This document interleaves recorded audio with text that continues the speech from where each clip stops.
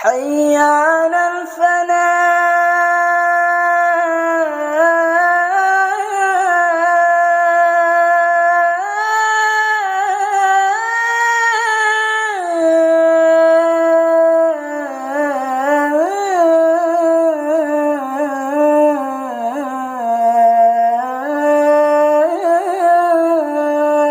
Assalamualaikum warahmatullahi wabarakatuh.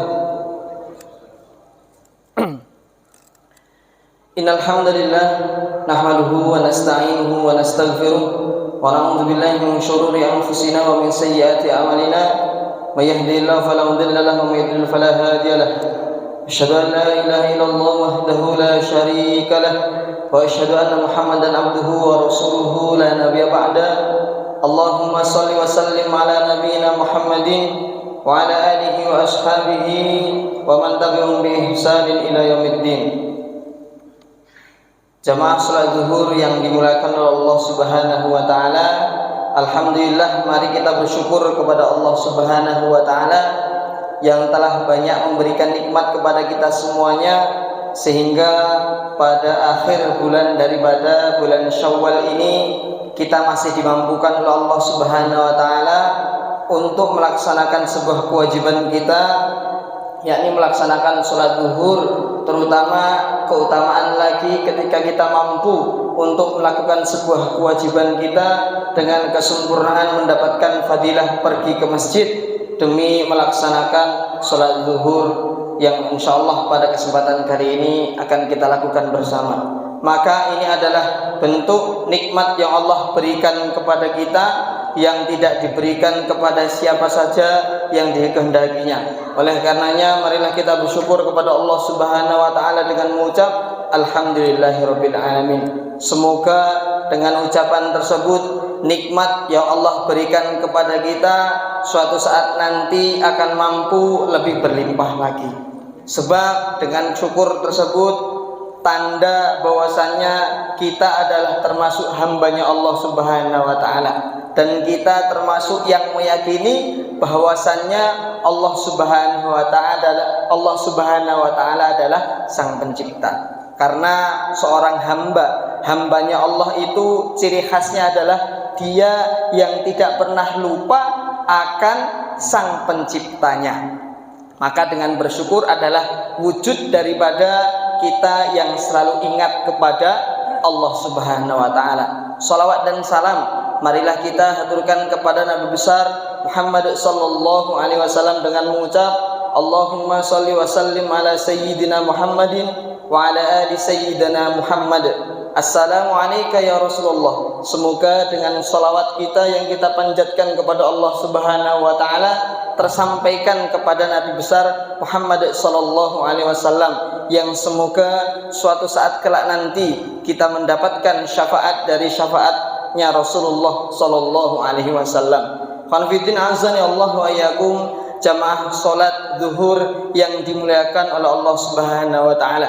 Tahukah kita bahwasannya Allah Subhanahu wa taala tidak akan menerima amal dari seorang hamba melainkan hamba tersebut bertakwa kepada Allah Subhanahu wa taala. Oleh karenanya Allah Subhanahu wa taala firman, innallaha yataqabbalullahu minal muttaqin. Sesungguhnya Allah Subhanahu wa taala hanya akan menerima amalan dari orang-orang yang bertakwa kepada Allah Subhanahu wa taala. Pertanyaannya, kenapa Allah Subhanahu wa taala hanya menerima amalan dari seorang hamba yang bertakwa? Sebab orang yang bertakwa adalah mereka yang mampu untuk menjaga antara hak dirinya, menjaga hak antara seorang hamba dengan sang penciptanya. Oleh karenanya Allah Subhanahu wa taala hanya akan menerima amal bagi siapa saja yang bertakwa kepada Allah Subhanahu wa taala. Bapak-bapak, ibu-ibu, jamaah salat zuhur yang dimuliakan oleh Allah Subhanahu wa taala, dan tanda salah satu orang yang bertakwa adalah mereka yang mampu untuk selalu melaksanakan perintah Allah Subhanahu wa taala dan berusaha untuk menjauhi segala larangan Allah Subhanahu wa taala. Salah satunya adalah perintah sebagaimana yang diperintahkan oleh Allah Subhanahu wa taala. Fastaqim kama umirta. Wahai hambaku, fastaqim, istiqomahlah kalian. Bertetaplah pada jalan yang lurus untuk selalu bertaat kepadaku, untuk selalu konsisten beribadah kepadaku sebagaimana engkau diperintahkan. Qanfiddin azanallah wa iyyakum. Maka Imam An-Nawawi menyebutkan, siapa saja yang mampu untuk menjadikan dirinya bersikap selalu untuk menjadikan dirinya tetap berada di jalan keturusan, menjalankan perintah Allah Subhanahu wa taala dan berusaha untuk menjauhi segala larangannya sampai mati, maka dia adalah orang yang paham betul akan hakikat tentang keistiqomahan dalam beribadah kepada Allah Subhanahu wa taala. Maka para ulama itu menyebutkan tips yang paling mudah agar kita menjadi orang yang bertakwa kepada Allah Subhanahu wa taala. Sifat ideal seorang mukmin itu ketika di bulan Ramadan. Siapapun yang tidak pernah beramal di selain bulan Ramadan, mereka mampu untuk beramal di bulan Ramadan. Tapi kalaulah Ramadan selesai, jarang orang yang selalu untuk beribadah kepada Allah Subhanahu wa taala. Oleh karenanya ulama itu memberikan tips yang gampang untuk menjadikan seseorang mampu tetap konsekuen, tetap konsisten, tetap istiqomah meskipun tidak di bulan suci Ramadan, tetap beramal kepada Allah Subhanahu wa taala. Yang pertama adalah jangan pernah sesekali kita meremehkan ataupun meninggalkan sebuah amalan yang sifatnya wajib, ya ikhwan. Rasulullah Shallallahu alaihi wasallam bersabda, "Innallaha farada faraidun fala tudayyi'uha." Sesungguhnya Allah Subhanahu wa taala telah menetapkan perkara-perkara yang telah Allah wajibkan kepada kita semuanya. Fala tudayyi'uha. Jangan pernah sesekali kita meremehkan. Salat misalkan. Sesungguhnya salat adalah tiang agama. Sesungguhnya salat adalah satu amalan yang pertama kali dihisab oleh Allah Subhanahu wa taala pada hari akhir kelak. Fa in sholahat faqad aflaha wa anjaha. Barang siapa yang sholatnya itu bagus, niscaya dia akan selamat dan menjadi orang yang pemenang di akhirat kelak. Wa in fasadat faqad khaba wa khasira, kata Rasulullah. Maka lihat, kalau sholatnya rusak di dunia, niscaya dia akan menjadi orang yang paling rugi pada akhirat kelak dan orang yang paling menyesal di akhirat karena perkara sholatnya. Ya ikhwan, sholat adalah sebuah identitas kita menjadi seorang muslim atau hendaknya. Bainar rajuli wa bainal kufri tarkus sholah. Identitas kita menjadi seorang mukmin atau kafirnya kita itu ternyata tergantung dengan sholat kita. Maka sholat 5 waktu jangan pernah sesekali kita meremehkannya, bahkan meninggalkannya. Oleh karenanya yang wajib itu maka jangan pernah kita meremehkan, jangan pernah sesekali kita meninggalkan. Yang wajib tidak akan menjadi gugur di tanggungan Allah Subhanahu wa taala, tetap mendapatkan kewajiban kepada kita untuk menunaikannya. Wa harrama hurumat fala tantahihuha. Dan Allah Subhanahu wa taala telah memberikan perkara-perkara yang telah diharamkan kepada kita, maka jangan pernah sesekalipun kita untuk melanggarnya.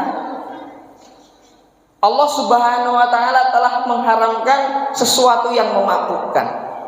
Jangan pernah sesekali kita untuk merasakan sesuatu yang diharamkan oleh Allah Subhanahu wa taala. Misalkan mencoba seteguk saja dari cairan yang bernama air keras, bukan air aki pak bu ya, minuman keras, khamar. Tidak boleh sesekalipun kita meneguk barangkali hanya sedikit, sebab perkara itu telah diharamkan oleh Allah Subhanahu wa taala. Zina misal yang lain, tidak boleh kita berzina, sebab Allah Subhanahu wa taala telah melarang kita untuk berbuat zina. Jangankan zina, jalan untuk mendekati perbuatan zina saja juga diharamkan oleh Allah Subhanahu wa taala.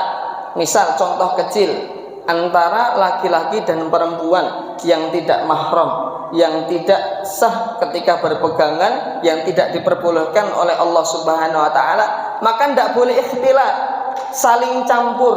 Kenapa? Ketika seseorang mampu untuk berdekat-dekat dengan lawan jenisnya yang bukan mahram, bukan adik kandung, bukan istrinya, dan bukan yang lainnya, niscaya itu adalah pintu pertama untuk mendekatkan dirinya kepada perzinaan. Allah larang itu semua.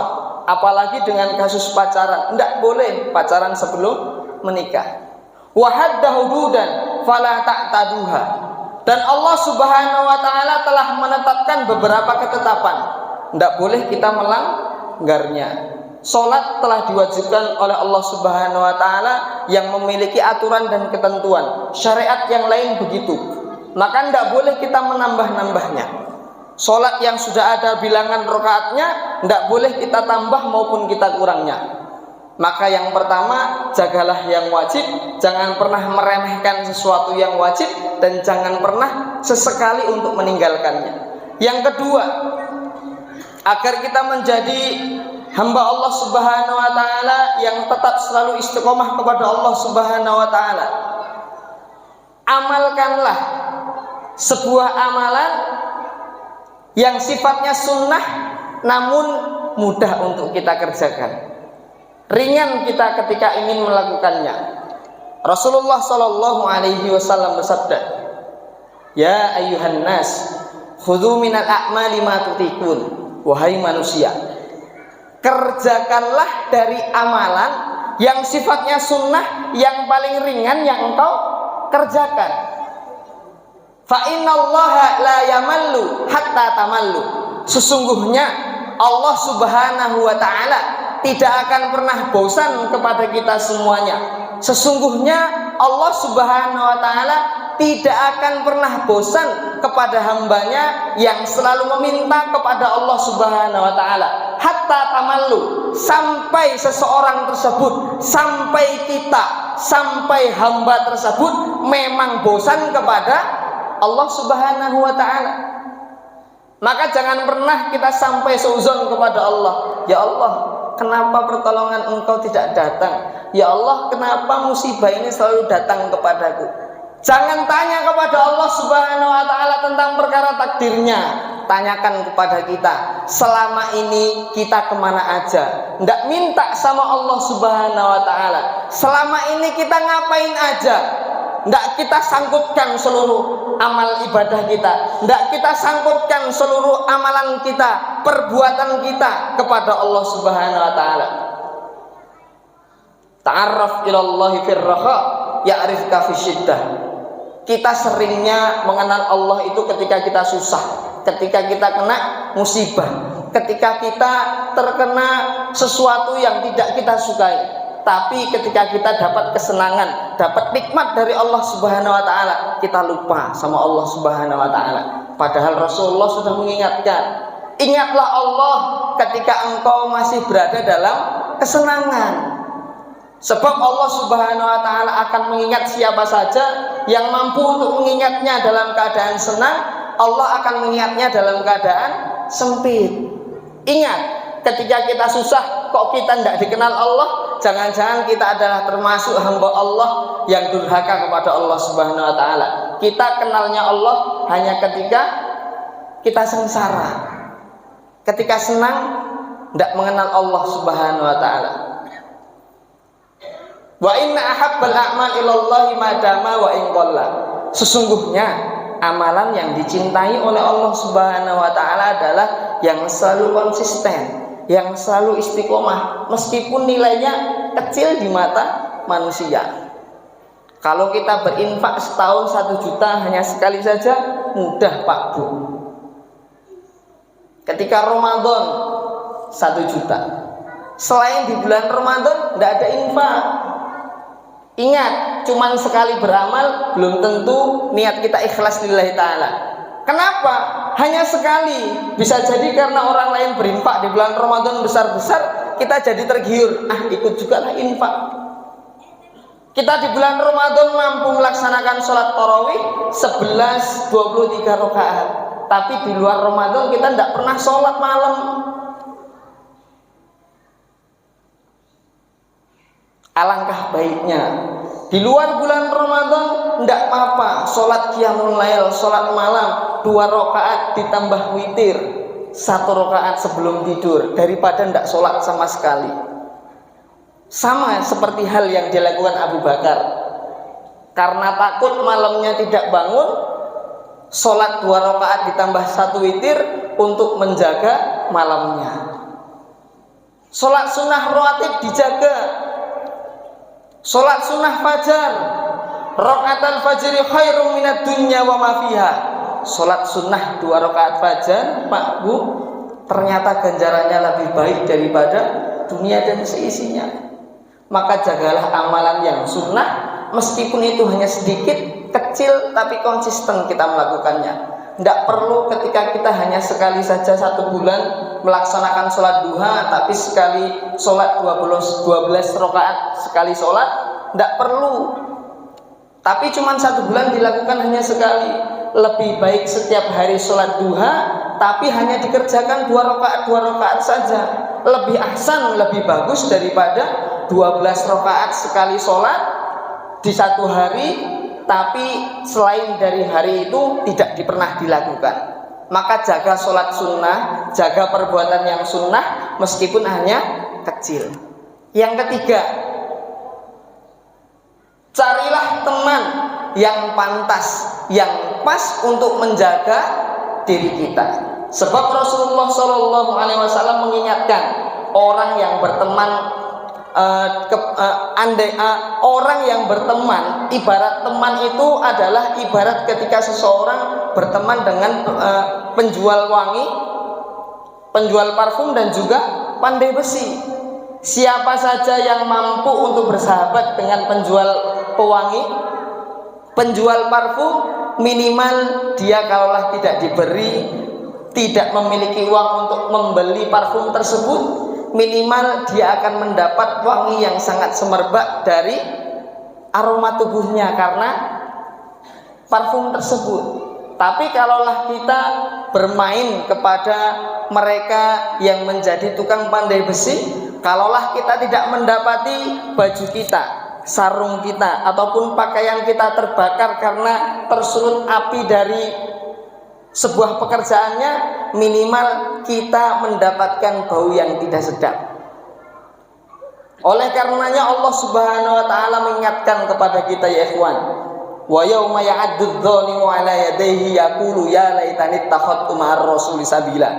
Hari ketika itu, ketika hari akhir kelak, orang-orang yang zalim menggigit jarinya, tanda penyesalan yang sangat dalam. Kenapa? Seandainya dahulu aku mengikuti jalannya Rasul, padahal dahulu hidayah itu sudah datang kepada aku, Al-Quran sudah dijelaskan kepadaku, namun aku tidak mau mengikuti jalannya Rasul.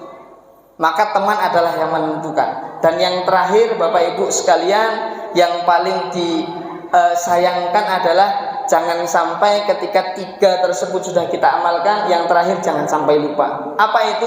Mintalah doa kepada Allah Subhanahu wa taala. Salah satu doa yang dianjurkan oleh Nabi Muhammad SAW adalah Allahumma a'inna ala dzikrika wa syukrika wa husni ibadatik.